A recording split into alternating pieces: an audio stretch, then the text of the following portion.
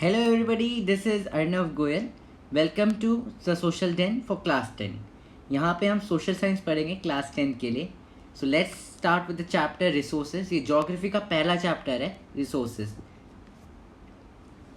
अब इस चैप्टर में कैमरा क्यों ऑफ है यार मेरा? कोई बात नहीं. ये रिसोर्सेज चैप्टर है. अब इस चैप्टर में हम रिसोर्सेज के बारे में पढ़ेंगे. So let's start with the chapter. What is a resource? सबसे पहली चीज़, एक रिसोर्स क्या होता है? देखो, जो भी चीज़ हम यूज़ करते हैं जो कि हमारे नीड्स को सेटिस्फाई करते हैं, हम उसी चीज़ को एक रिसोर्स कहते हैं. फॉर एन एग्जांपल, मान लो मुझे प्यास लग रही है तो पानी मेरे लिए एक रिसोर्स है, क्योंकि वो मेरी नीड को सेटिस्फाई कर रहा है. समझ रहे हो बात को? तो ऐसे ही अब इसको एनसीईआरटी के टर्म्स में पढ़ते हैं. देखो, इस वीडियोज़ में अभी शॉर्ट वीडियोज़ बना के दे रहा हूँ. इन शॉर्ट वीडियोज़ में तुम्हें पूरी एनसीईआरटी समझा दूंगा अच्छे से. This will help you for your class 10. So what is a resource? Anything available in our environment that can satisfy our need provided it is technologically accessible, economically feasible and culturally acceptable is called a resource. अच्छा, ये तो चीज़ समझ में आ गई. satisfy our need, ये technologically accessible क्या होता है, economically feasible क्या होता है और कल्चरली एक्सेप्टेबल क्या होता है? बताता हूँ, रुको, आराम से बताता हूँ. टेक्नोलॉजिकली एक्सेसिबल मतलब जो भी चीज़, कोई भी टेक्नोलॉजी जिसे हम एक्सेस कर सकते हैं. मान लो फॉर एन एग्जांपल, अब अगर मुझे पानी नहीं मिला तो वो मेरे लिए रिसोर्स कैसे बनेगा जिस चीज़ को मैं यूज़ ही नहीं कर पा रहा हूँ, जो मेरे लिए एक्सेसिबल ही नहीं है.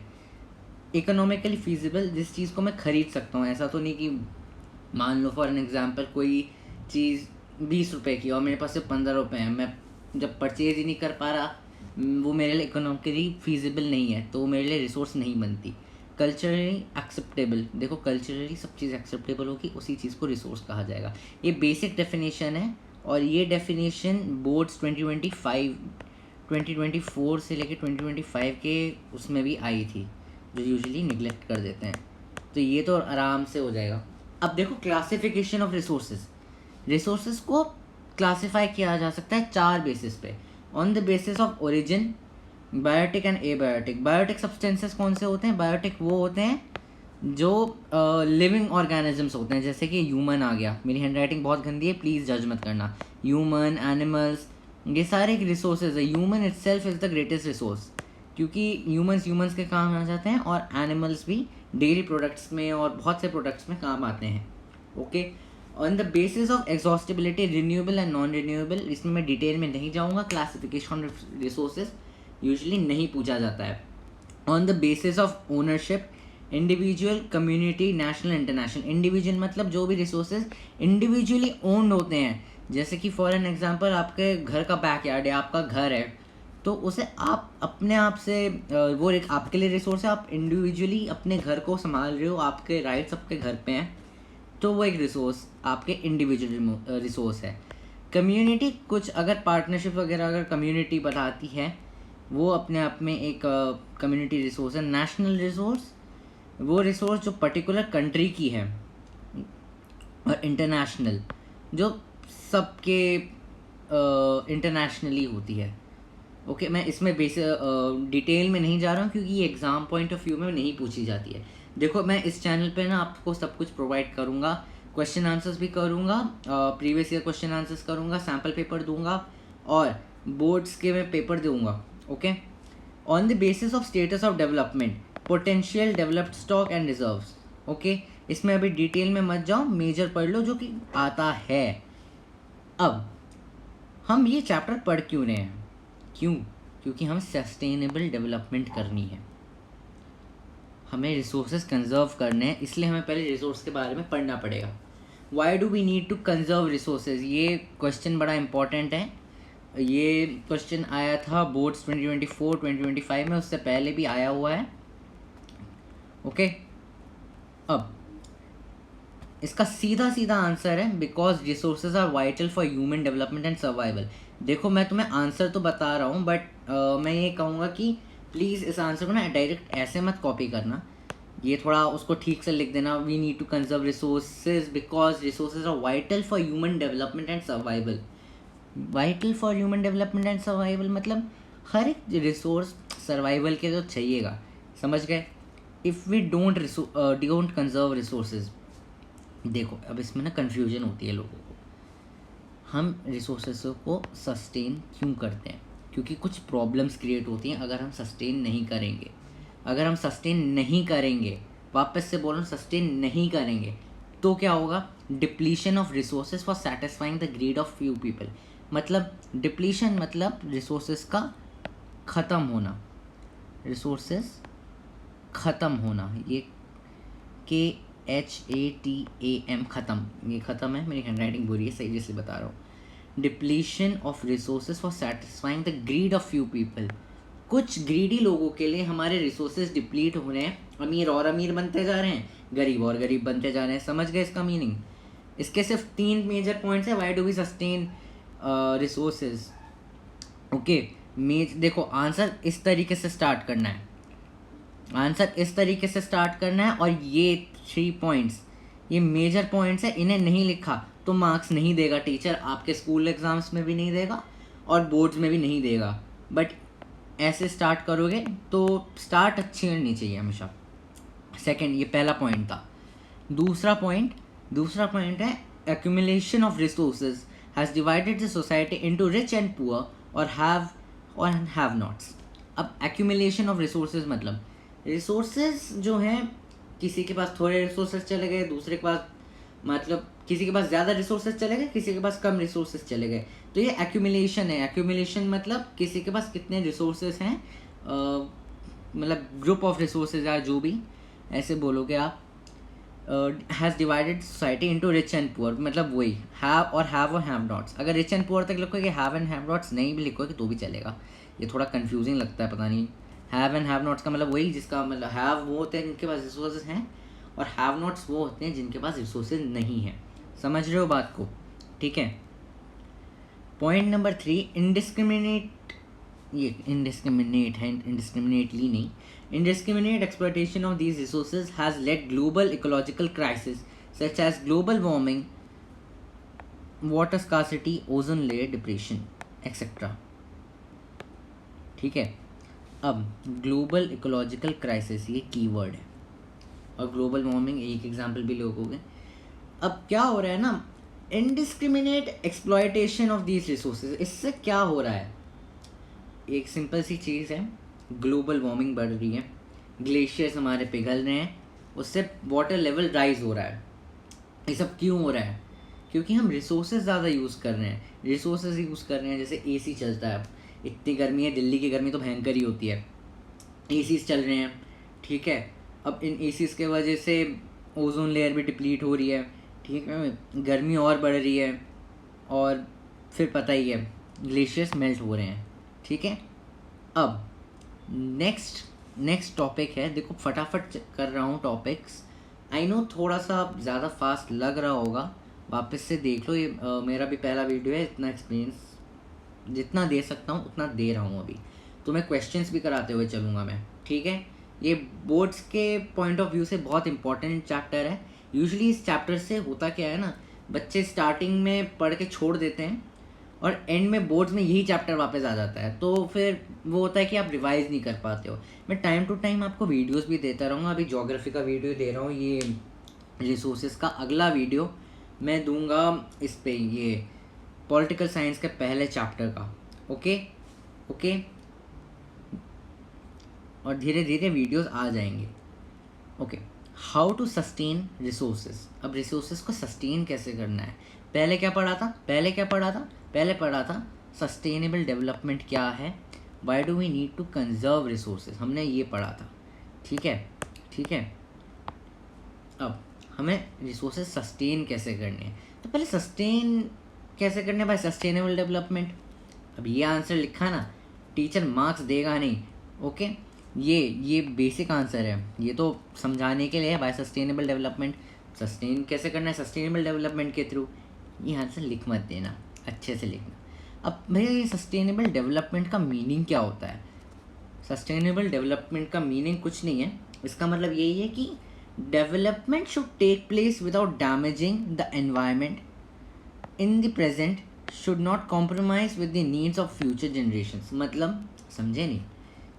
देखो एनसीईआरटी में ना एक प्रॉब्लम लगती है, कि ना कंसेप्ट बहुत इजी है, लैंग्वेज एट टाइम्स डिफ़िकल्ट हो जाती है, तो फिर नहीं हो पाता।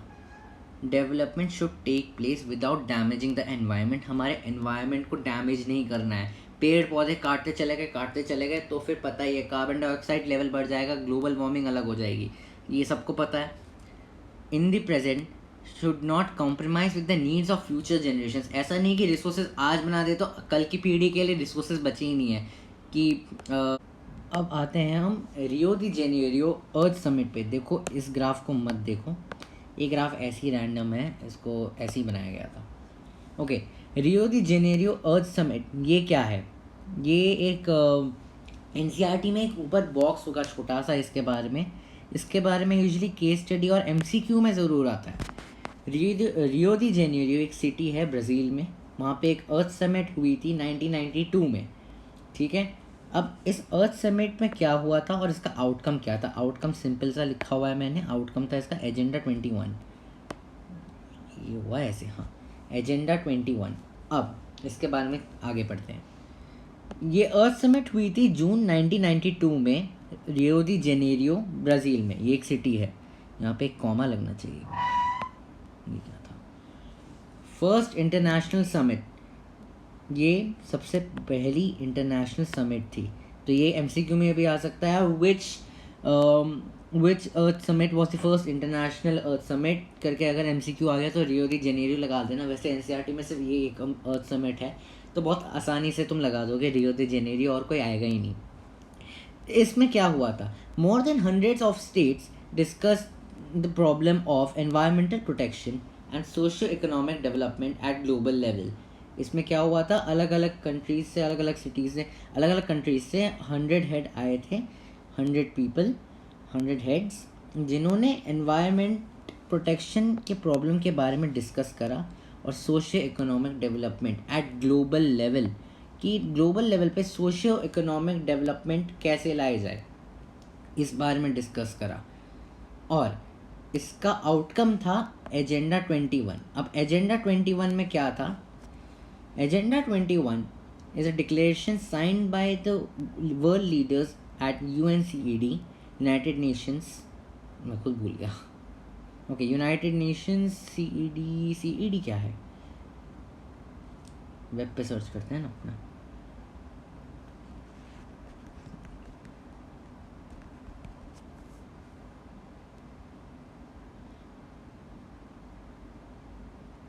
United Nations conference on environment and development, इसका फुल फॉर्म ये है।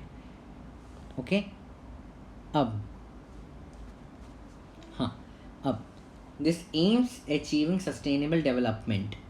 ओके, इसका सबसे बड़ा एम क्या है? Sustainable development. ये बहुत इजी है, अभी सस्टेनेबल डेवलपमेंट पढ़ा तो आधी चीज़ें सस्टेनेबल डेवलपमेंट ही आंसर है इसका, बस लिखने का तरीका समझो यहाँ पर।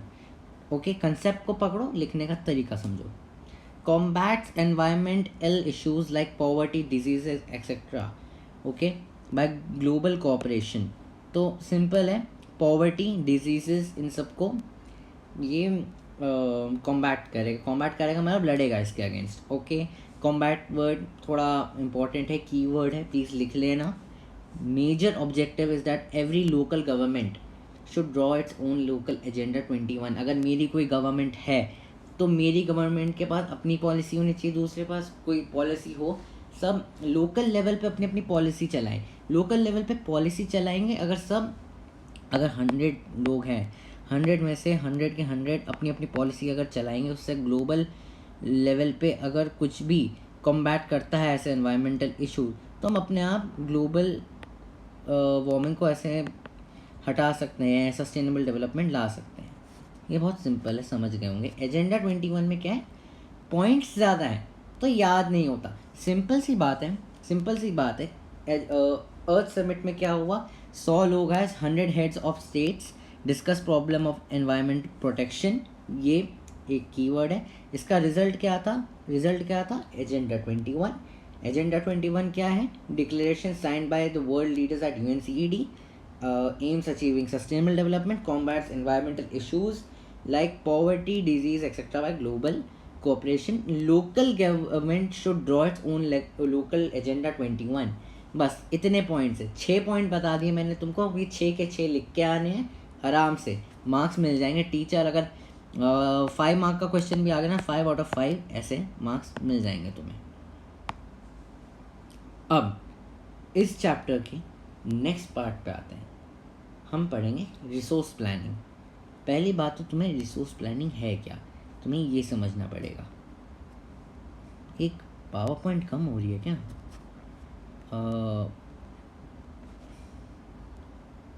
एक मिनट देना मुझे।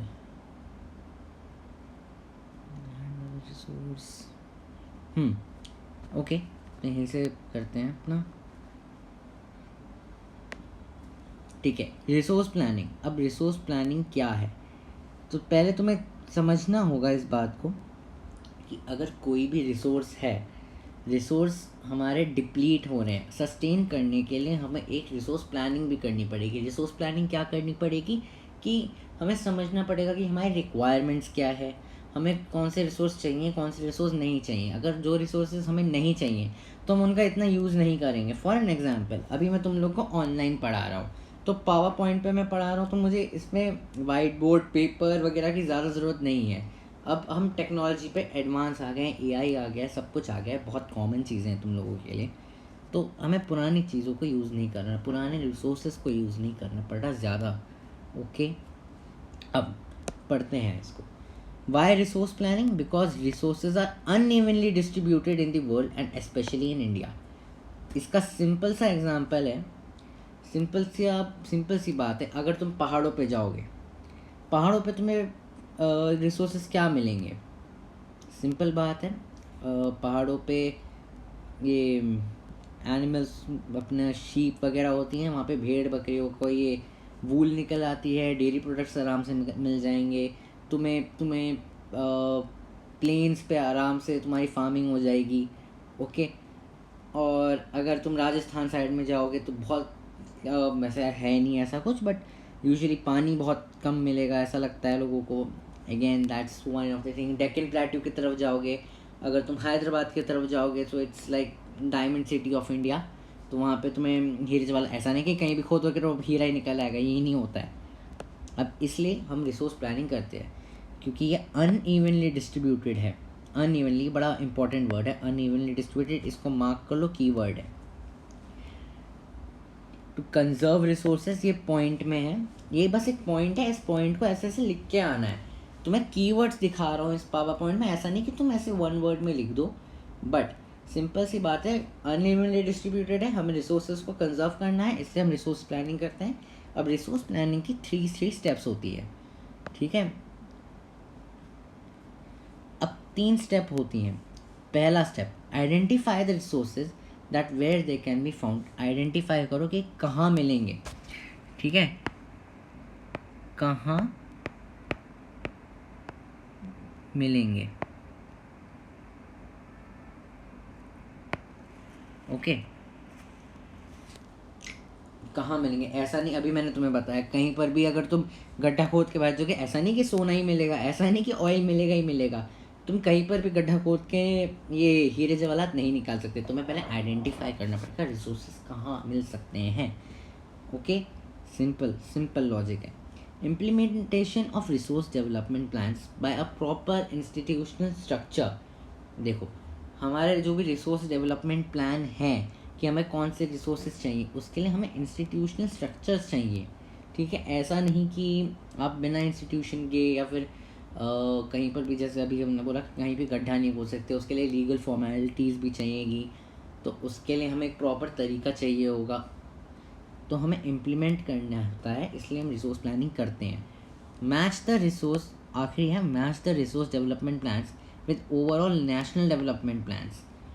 नेशन को क्या रिक्वायरमेंट है और क्या चाहिए, उनके हिसाब से हम रिसोर्स प्लानिंग करते हैं। 1 मिनट देना, मैं पानी पीता हूँ उसका।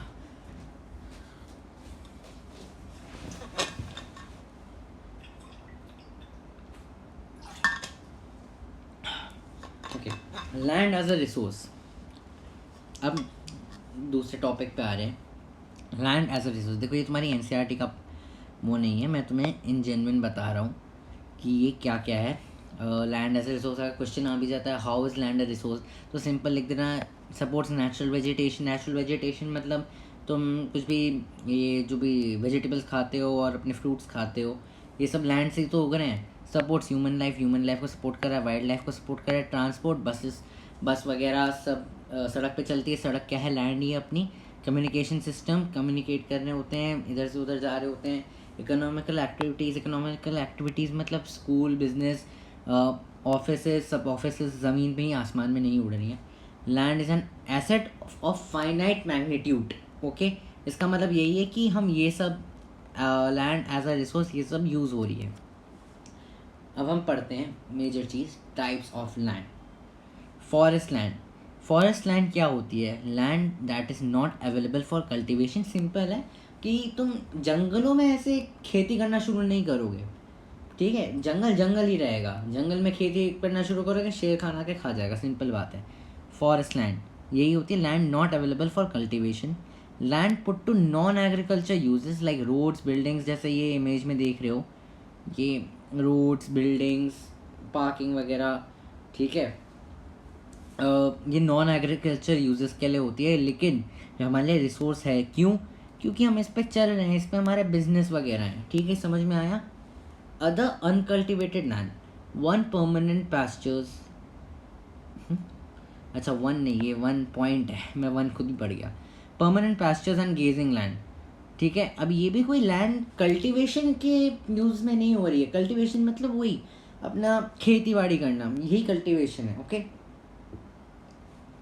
ये गेजिंग मतलब जो गाय चारा वारा खाती है, जैसे इस इमेज में भी देख रहे हो, यहाँ पे गाय क्या कर रही है, यहाँ पे ये अपना खाना खाएगी, ठीक है। तो ये कल्टीवेशन के लिए नहीं हुआ। अब पॉइंट नंबर 2 है land under miscellaneous uses such as use for car parking, ठीक है। अब आगे बढ़ते हैं, कल्चरली वेस्ट लैंड। देखो इस पॉइंट्स को ना प्लीज़ नोटबुक पेन लेके बैठो और लिखते रहो, ऐसे वीडियो मत देखना, समझो कंसेप्ट को।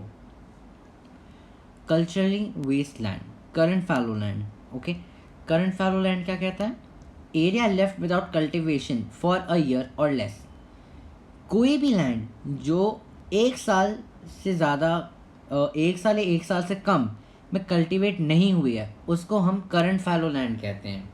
अगर मान लो मैं एक किसान हूँ, मैंने पिछले 11 महीनों से अपनी ज़मीन पे कुछ खेती नहीं करी है या कल्टीवेशन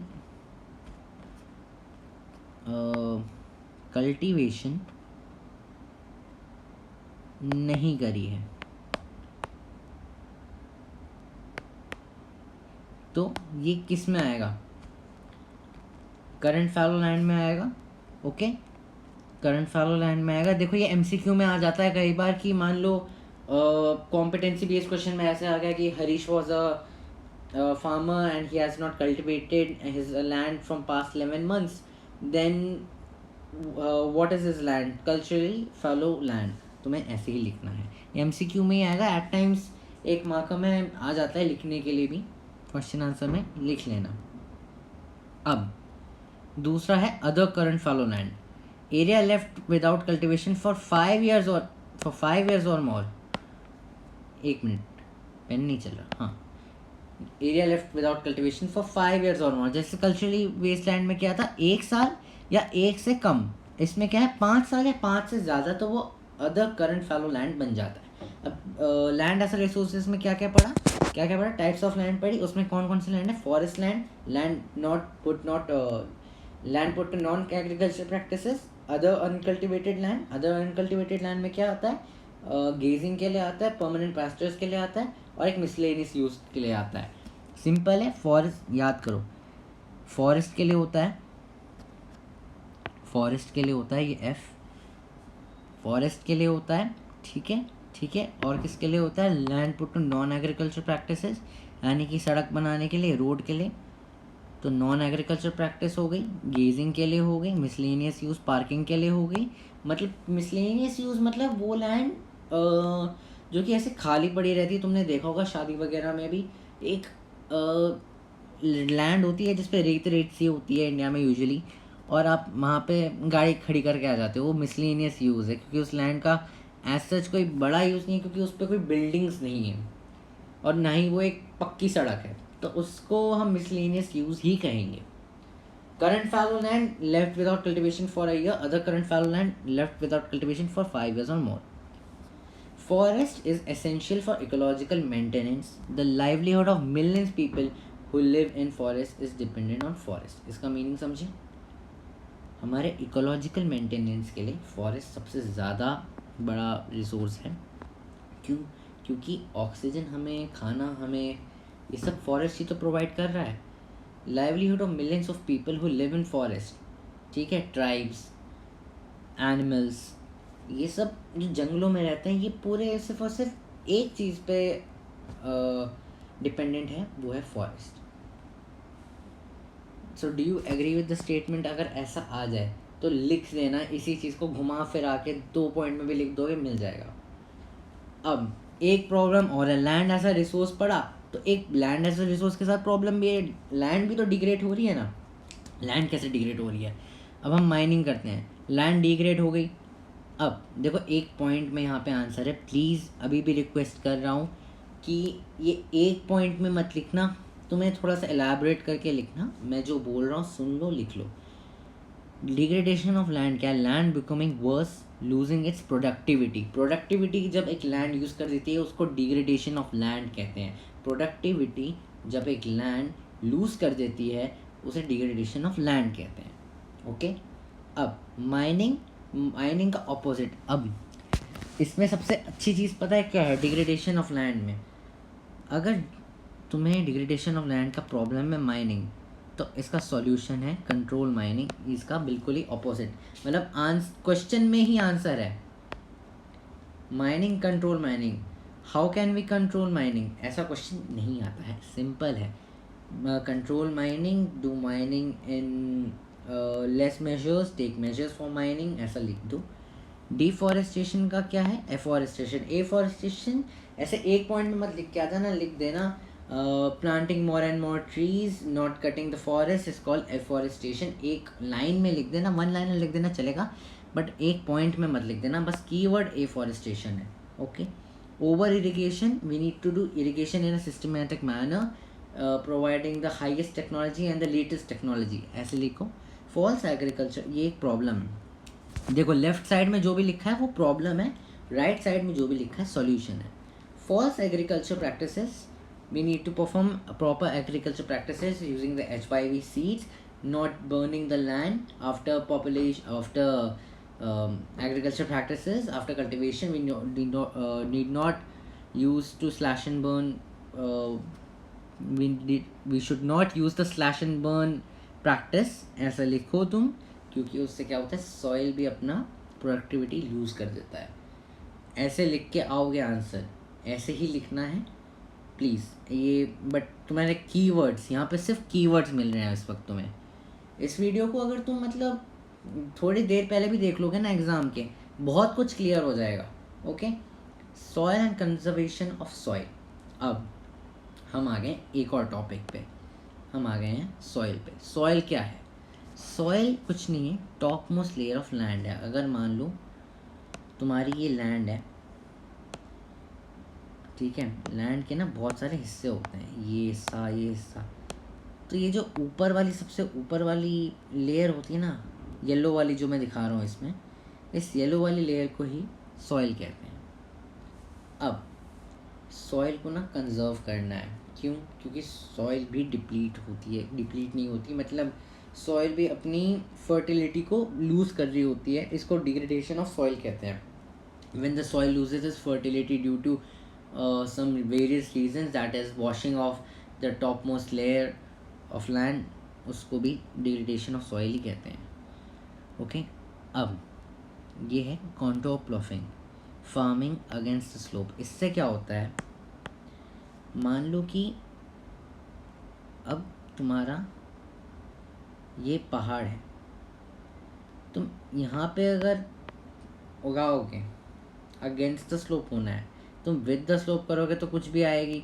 मान लो बारिश आई तो तुम्हारा पूरा पानी से ये बह गया गई भैंस पानी में, ये वाला केस हो जाएगा। तो मैं अगेंस्ट द स्लोप करना है, क्योंकि पहाड़ मतलब ऐसा नहीं कि ऐसे ही होगा, कहीं ना कहीं पे ऐसे होगा। ऐसे स्टेप फार्मिंग कर सकते हो, कॉन्टर प्लॉफिंग कर सकते हो। फार्मिंग, स्टेप फार्मिंग क्या है? Intercepts water to designated channels. इससे क्या होगा कि ये तुम्हारे स्टेप्स बन गए। अब रुको, इस ऐसे समझाता हूँ। स्टेप फार्मिंग से क्या होगा, अगर तुमने मान लो यहाँ पे ये ग्रीन वाले पौधे हैं, ये रेड हमारी लैंड है, ब्राउन कलर है नहीं इसलिए बता रहा हूँ। अब पानी अगर आ भी गया ना तो पौधों पे ही जाएगा, ऐसे चला जाएगा, ऐसे निकल जाएगा, ठीक है। पौधों पे ऐसे डायरेक्ट नहीं गिरेगा। अगर हम स्लोप पे करेंगे पौधों पे डायरेक्ट गिरेगा और पौधे सॉइल दोनों ख़राब हो जाएगी, क्योंकि फर्टिलिटी लूज़ कर देगी। What is soil degradation? When the soil loses it's fertility, this called soil degradation. वैसे ये क्वेश्चन आता नहीं है, लेकिन तुम्हें पता होना चाहिए। शेल्टर बेल्स यूज़ कर सकते हो, एफॉरेस्टेशन कर सकते हो। एफॉरेस्टेशन से क्या होगा? Roots will make the soil fertile. Okay, बस। अब अगले वीडियो में मैं तुम्हें इस चैप्टर का सबसे इम्पॉर्टेंट पार्ट बताऊंगा। वो कुछ 5-10 मिनट का वीडियो होगा। वैसे हमारा चैप्टर यहाँ पे ख़त्म हो चुका है। Thank you. Please like and subscribe my channel.